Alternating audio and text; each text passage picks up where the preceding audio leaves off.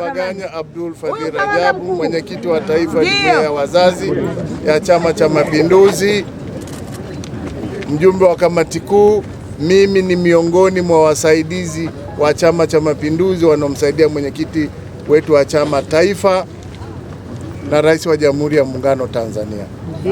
Nimekuja hapa kwenye mradi huu na mimi kuweka macho yangu, kwa sababu Mheshimiwa Rais amekuwa akileta fedha kwa ajili ya miradi mbalimbali, huu ukiwemo nchi nzima.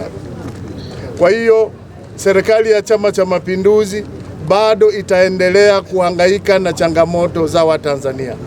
Kikubwa ni sisi wananchi kuwa na subira mradi kama huu unapoendelea, lakini pia kuulinda na tusihujumu, lakini kubwa zaidi kumwombea Dr. Samia Suluhu Hassan ili aendelee kutugusa sisi wa Tanzania wa Ruvuma na hapa Songea.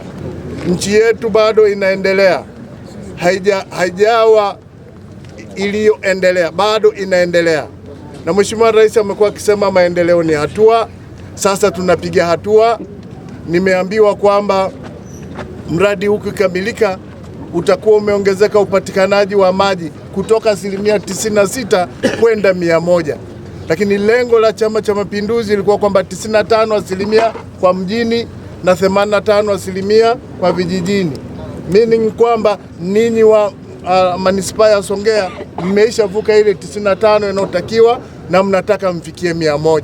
Na wanufaika wakubwa ni hawa wananchi. Kwamba mradi huu unahitajika na ndio maana nimwambia kandarasi wa CCC kwamba wahakikishe kwamba mradi huu unakamilika. Na sisi najua kwamba ziko changamoto zinaweza zikatokea, ndio maana nimesema nchi hii na miradi mingi inaendelea na chungu cha fedha ni kile kile. Kwa hali hiyo ni kwamba tuwepo na subira na tutaihimiza serikali ya Chama cha Mapinduzi kuhakikisha kwamba inaleta fedha. Huu mradi unagharimu pesa nyingi sana, unagharimu bilioni